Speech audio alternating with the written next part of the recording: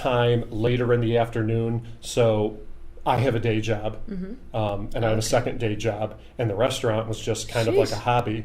So I would get into the restaurant after my day job was over, and my family basically volunteered to come in and work. That's amazing. And they kind of just were there and kept the tips. Right. So, Right. My fiance, my niece, my sister, my mother, they were just doing it for tips and stuff. I think we kept 3 people on the payroll, and that was our dishwasher, and I have 2 assistant cooks and prep chefs, to help. And they did, the majority of the grunt work. I was just putting stuff together, but we didn't shut down. Yeah. We did not shut down at all, and we really tried to kind of reinvent ourselves as how can we make it easy for people to order to go, and we just killed it. That's awesome. We just killed it. I mean, it was unbelievable, and I think it was a good thing for the community that they could still come in and get stuff, and through that we were able to keep up our community donations and stuff. One of the things that we're really well known for is we want to be involved in our community. Right. Without people coming to order to go, without people sitting in the tables, we don't have anything. We can't pay our people. We can't support the community. So there was a really big initiative in Geneva during COVID by the Boys and Girls Club, by Chris Lavin. Yep. And he took on such a mantle of responsibility to help all these needy families and all these kids because, I mean, this was the first time for everybody. I mean, we didn't know what to do. So we really partnered with Chris, and during that time, we helped the Boys and Girls Club. It was a little over $10,000. Amazing. Between either monetary support or, usually on Mondays I would text Chris and go, hey, what do you need? Right. Do we need containers? Because they were sending kids home with food. Yep. Do you need snacks or chips or cookies? Because, the kids got to have nutritional food, but at the same time, sometimes it's nice to have a snack too. I mean, these kids are home or they're there all day. Yeah. They want to... sometimes a granola bar will only take you so far. You want some kids. Chris was like, I got to get hot Cheetos. Yeah. I got flaming hot Cheetos. That's my daughter's favorite. Yeah, but we were, we donated some money to Mass and stuff, but it was a good partnership. That's awesome. It really was. And I'm sure you're continuing with that, COVID's whatever COVID is right now still, but being able to do that with the community is why people, I think, are drawn to your business that much more. Yeah. Besides not even food. Mentioning and the food, food that's probably and the important. Atmosphere. Yeah. I mean, this is the only place around here where, you'll be basically getting a dinner and a show. I just went there for the first time, had to be a week or 2 ago now? I just hadn't got there, you guys have been open for how long now? Tomas had the place for about a year and a half. Okay.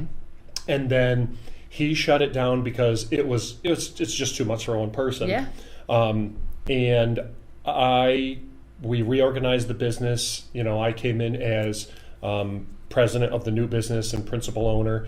And we opened up Mother's Day of 18. Wow. 18 to 19, already. 19 to 20, 20 to 21. So it was Mother's Day. So 3 years is, it's the longest and shortest 3 years of my life. Oh, what was your relationship with Tomas before you became involved in the business?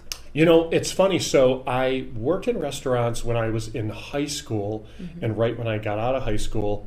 And, between then and now, which is 20 years, I spent the majority of my time running car dealerships. Oh, okay. And I got out of that business in 2016. I was recruited by a software company that works with automotive dealerships.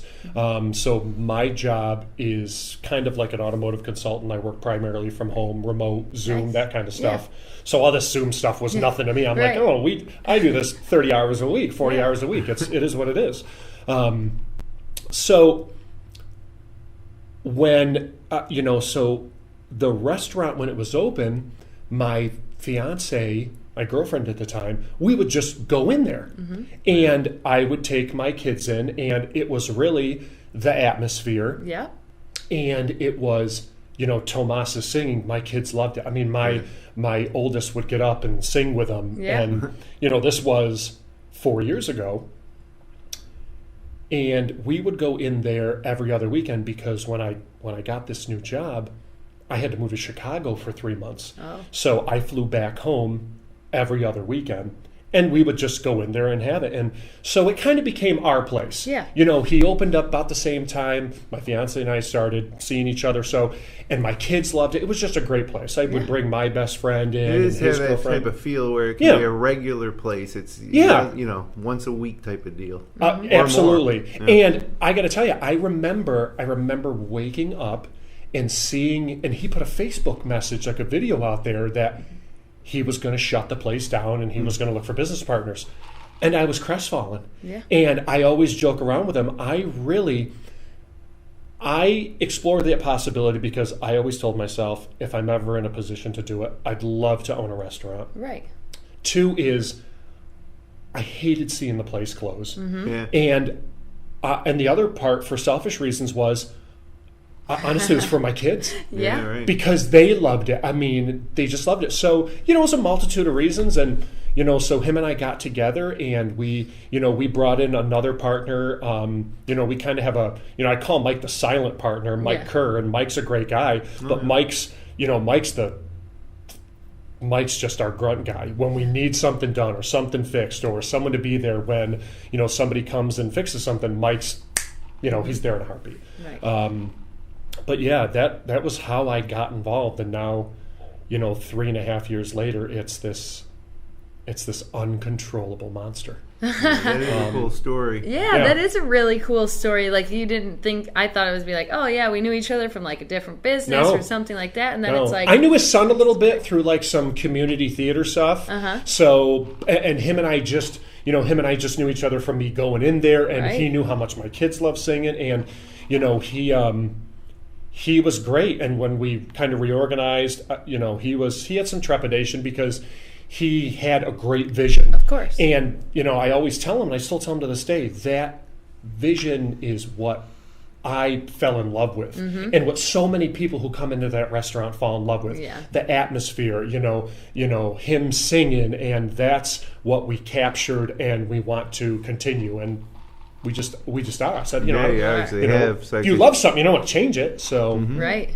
Yeah, when we went in there, like, Jim knows very well, people might know now, like, my family is loud and we like to have a good time. And when he was coming around singing, and it was old Italian songs that we knew, we're like singing loud, and you're thinking like, okay, people are gonna be like, these people need to shut up. But it's the atmosphere where they're like enjoying it. It made for like that much better of a night. And who doesn't want a little fun like that with their dinner? Maybe it's not everybody's cup of tea, but like, obviously they're doing something right. Everybody had a smile on their face. It was like little kids to older couples to young teens. It was like, I think you got an Italian restaurant, and you got some pizzerias and things like that around that serve Italian food, or some other restaurants that serve a lot of different types of food but have Italian food on the menu. But what makes an Italian restaurant, food has to be great, number one.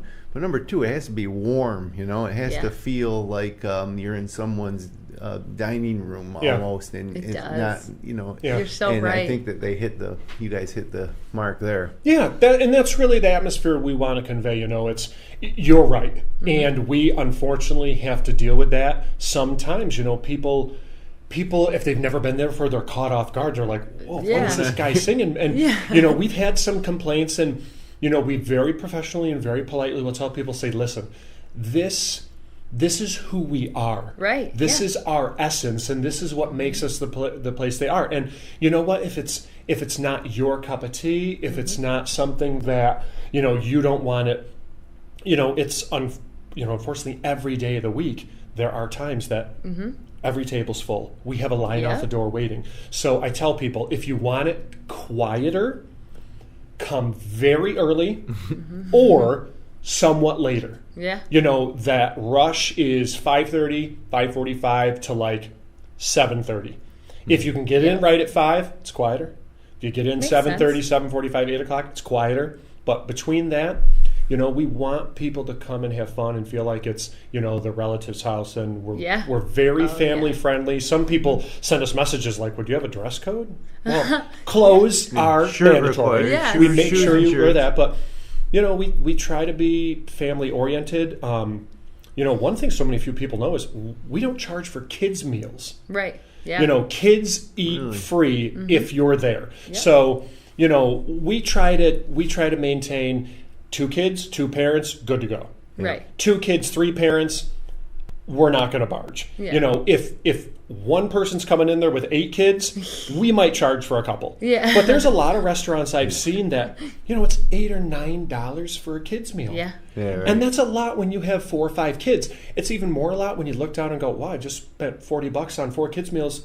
And your kids ate nothing. I was going to say, and who knows if they're even going to eat it. And that's kind of what we do, because, I have 3 kids. I fall prey to it. Yeah. So we got a little pizza, pasta, chicken fingers, and fries for kids. Sometimes they want salad.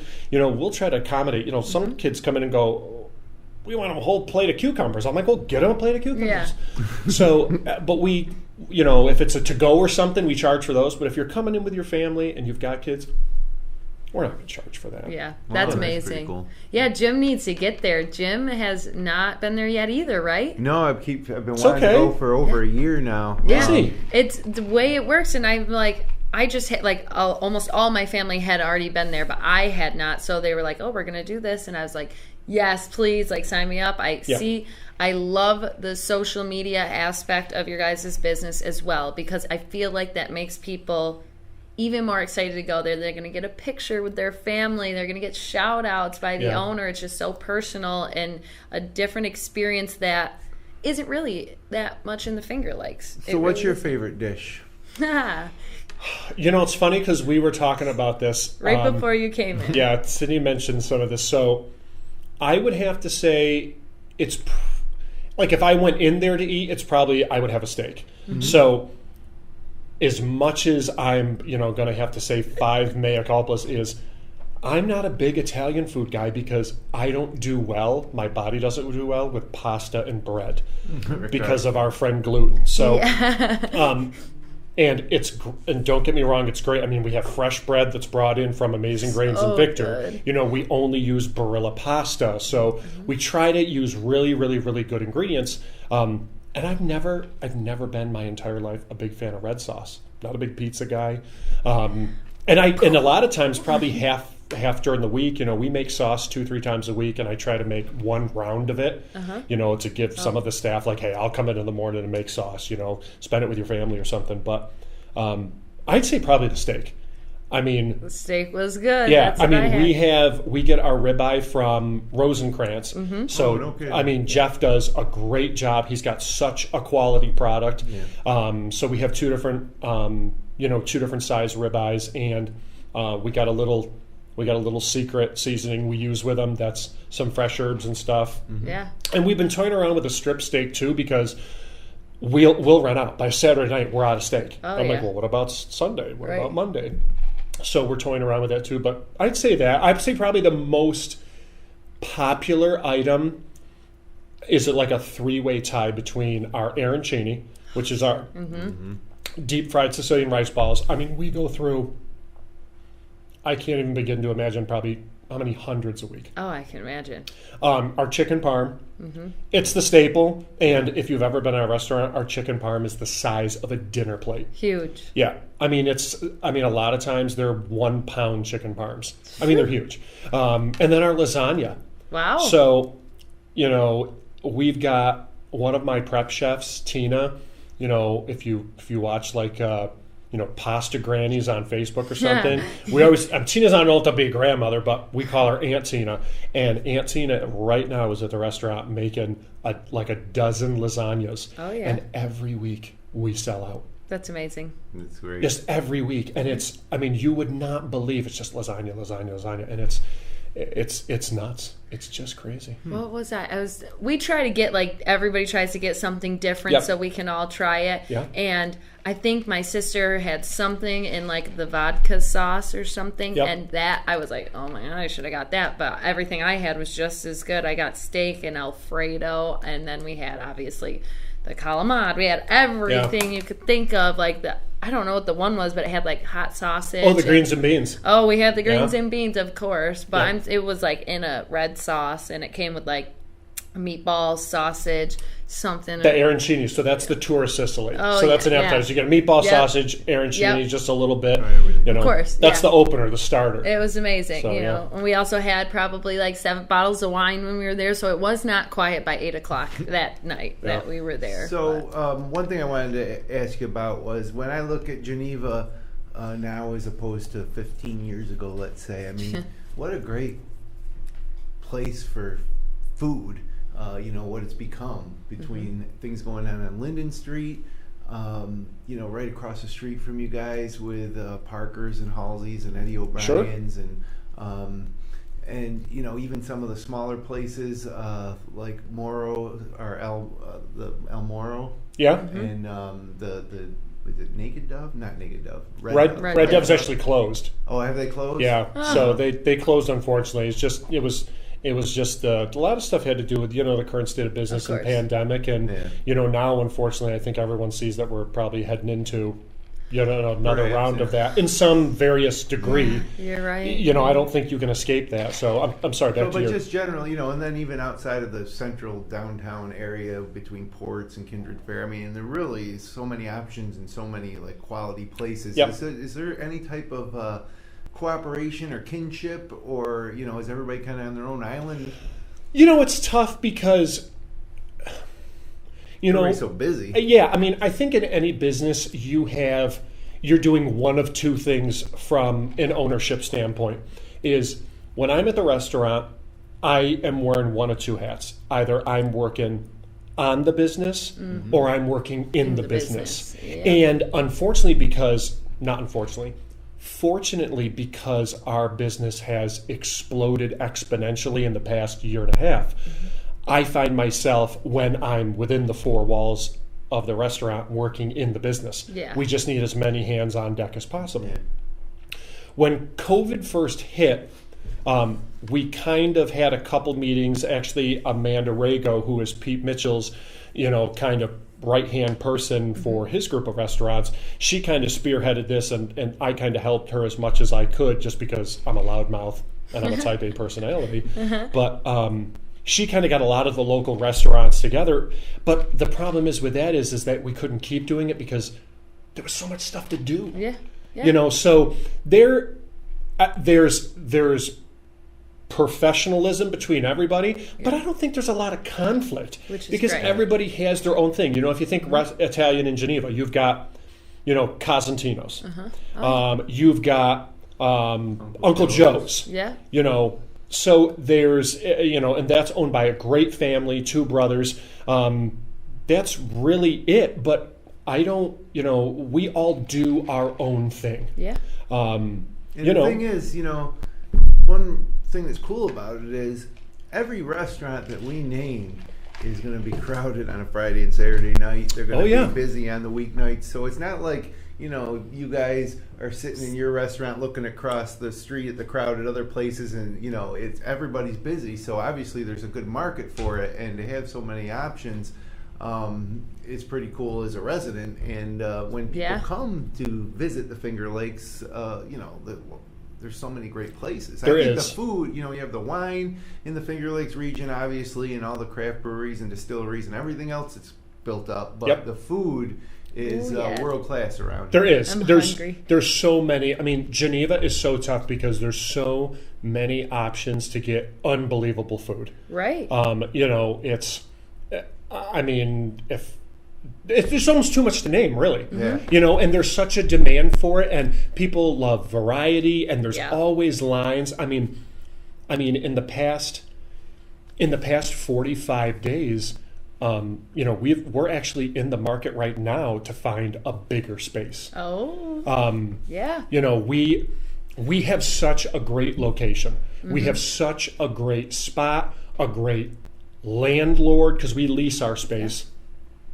The problem is that every single night we're open, we're turning people away. Yeah. And I get so many calls where people are like, do we need reservations? I'm like, no, you don't need reservations, but we are almost to the point where we have to be reservation only because, turning 50 to 100 people away a night. Yeah.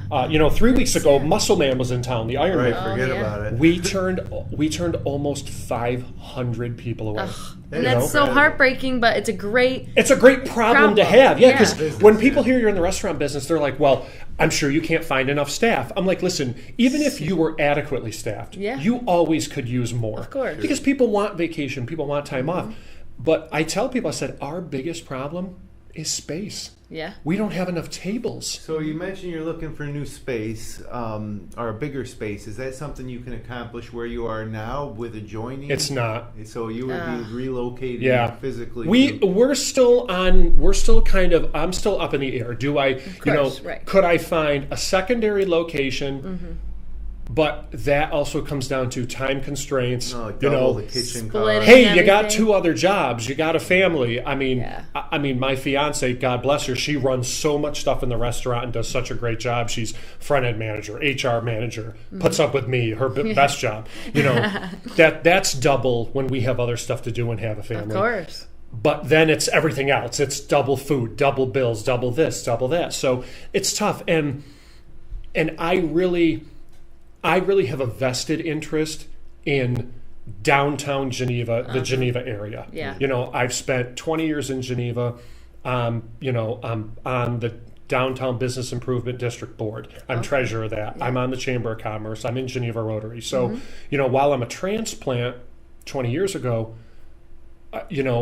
if I didn't want to be there, I wouldn't be there. So when you talk about maybe looking for a bigger space, you're going to limit that to Geneva? I would really like to limit it to Geneva. And, because I don't need to add more drive time. and I don't want to give up the relationship we have with the Geneva community. Right. Not that other communities aren't great, not important, but it's my community now. And we want to keep we want to keep supporting. We want to keep doing what we're doing. In another year, I want to put another, $15,000 in donations. I just sent out a $500 check today to a friend of mine who is in Victor Farmington Rotary, and that school district's looking for backpacks. So I messaged her at 11:30 last night on Facebook, and I'm like, hey, how much are backpacks? She goes, $10 to $20. I'm like, I'm sending you $500 from the restaurant. Right. That's great. That's what people love to hear too, that you're invested in your community and wanting to make that big of a difference. Yeah.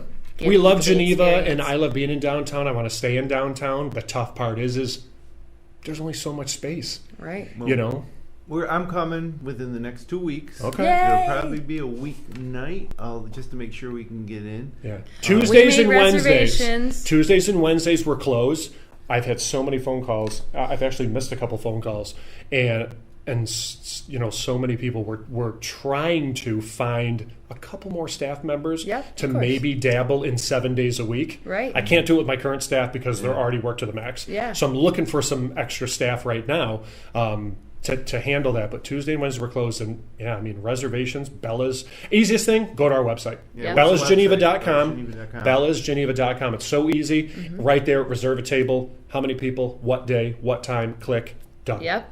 Yeah, and you can that they're going to have it too. You guys were really good when we got there. We were like, all right, we're overwhelming. There's 7-8 of us that are coming, and they're like hoping we have a reservation. I felt like when we walked in, they're like, all right, cool. Sat us down within literally 2 minutes of us being there, and we already had our bread 3 minutes after that. So it was great. You need to go, Jim. We are almost out of time, so I do want you to run down the weather so people can know what they can do this weekend. Please let it be nice and warm. Well, Sauerkraut Fest weekend in Phelps. That's crazy. A big one. I don't remember. I don't think they did it last year, right? They didn't. I don't think so. This is a big year for that. If you get a chance to get out to Phelps, they got the parade's always a big success. Sauerkraut cake. Yeah.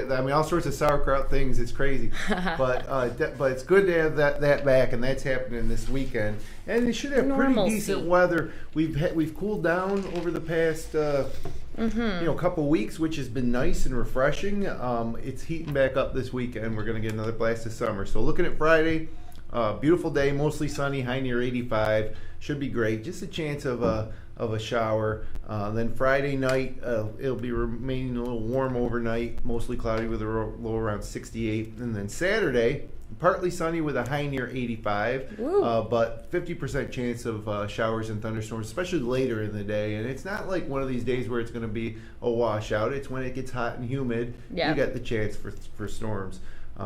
Saturday night, just a 30% chance of storms, low of around 66. And then Sunday, beautiful day, mostly sunny, high near 84, 30% chance of an afternoon storm. And then it really heats up heading into next week. Monday's high right now. It's still 5 days away, 90. Sheesh. So for those of you fans of summer, that's me. That is me. Does anybody have anything interesting where they can take advantage of these nice days this weekend? You got anything going on, or it's just restaurant life? Restaurant touring. I don't think so. I mean, Sauerkraut Festival's always big. It draws a ton of people. I'm trying to think what else is going on this weekend. It's gonna be crazy. Yeah. All the wineries are in full swing. Yeah. Live music at Buttonwood again, and in a million places. There's just tons of great. So much stuff to do around here. It's just so much stuff. It's just a great. We touch base on that. I think every show because it's just you start to appreciate as you get older where you live, where you come from, the Finger Lakes area. Because I was like, oh, I'm gonna get out. Nope, I'm here, and I don't see myself leaving anytime soon. One of the best events that I actually got dragged to, but I thank my stars, my fiance brought it up, is every other Wednesday at Fox Run. Oh yeah. They have, it's called Fiddles, Griddles, and Blues or something, and Scott and Ruth, and they have this outdoor griddle that's metal. I think Sam Kastner made it. And it's got a hanging fire underneath, like a wood fire. Oh, yeah. And they make grilled cheeses on it. Love that. A wood fire griddle. You never even see that. And they have like blues people or fiddle players there. And the first night we went there, it was outside. And it was one of the best times I've had in years. That's amazing. And they do it every other weekend. They have different people. We went last week or the week before, and they had to have it inside because there was a chance of rain. But it was great. People had their dogs there because they're dog friendly. I mean, outside, of course. It was such an amazing time. I haven't actually heard of that one. That one sounds amazing. Check it out on their Facebook. And I think they're doing it in August. Well, there's two of them in August, but it was so much fun. It was like $5. That's awesome. To get in, and I mean they have their whole complement of wines. You can buy a grilled cheese, and there's some artisan grilled cheeses. I mean they are fancy, but me Brad, I'm not having a grilled cheese, but it was great. Check it out. Definitely will. I think Naples is having their great festivals coming up like within the next few weeks. September, isn't it? September? Oh, yeah. Well, I'm already ready for that. I'm sure you're ready for that. Well, I mean, we talked about that before. It's huge. It's gigantic. Yeah. And hard to get into the town during getting that. In on a Naples during that is... That's worth it. Totally worth it. Yeah, so much going on. All individual wineries. A lot of bars are open again with live music. So just tons to do outside of everything that the Finger Lakes has to offer. So how about you? What are you doing? I think this week it consists of like baby showers, diaper parties. Diaper parties? Yeah, like it's kind of like a stag party for the guys. Only they basically just use it as an excuse, like. All the guys have to bring diapers for the baby, and then they just hang out and like. Well, it's better than Jack and Jill baby showers, which whoever invented that. I don't know. The baby showers are for the girls, and you start dragging the guys into it. It used to be a time when the guys could do something, so I like diaper party. I would do I've a been Jack to a and Jill. diaper party. Yeah, diaper parties. My sister's got a 4-month-old, and I was in. My brother-in-law invited me to a diaper party. I'm like, what? What is this? Yeah. I'm 38 years old. I've never been to a male baby shower before. Because they're all wearing diapers. Yeah, no, I think it's just an excuse to be like, hey, man, you're about to have a kid. Like, let's get drunk. Or maybe not drink. Maybe just hang out. But could maybe have one later on in life, too. Yeah. Yeah. Why not? For yourself. Yeah. Love that. But really, what are you doing? And then when we got to go. This weekend, Friday night or something. I can't quite remember. But Saturday is the Canal Cup, Seneca Falls Country Club versus Silver Creek at Silver Creek, playing in that. And my wife's upset because she had planned that day a big friend wine tour thing where there's like 12 people going. Oh, but I got to play in this golf thing. And we know you're going for the golf. I'll catch up with them later.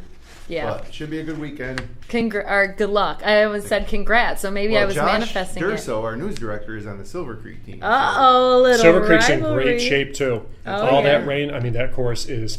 Norm is rocking it. That course is in the best shape it's been in years because we've had such wet weather. Right? Yeah, perfect. It hasn't been too wet, and it hasn't been too dry. So. Yeah. So get out of the Finger Lakes, enjoy it, get to Bella's. It was so nice to officially meet you. Thank you. I can't wait to get out and see you. I've been wanting to. I swear it's been like a year. I've been keep thinking like I got to get to Bella's, and so I'm giving myself 14 days. I'll be there. Yes, I love that. I'll look just for your not this Saturday.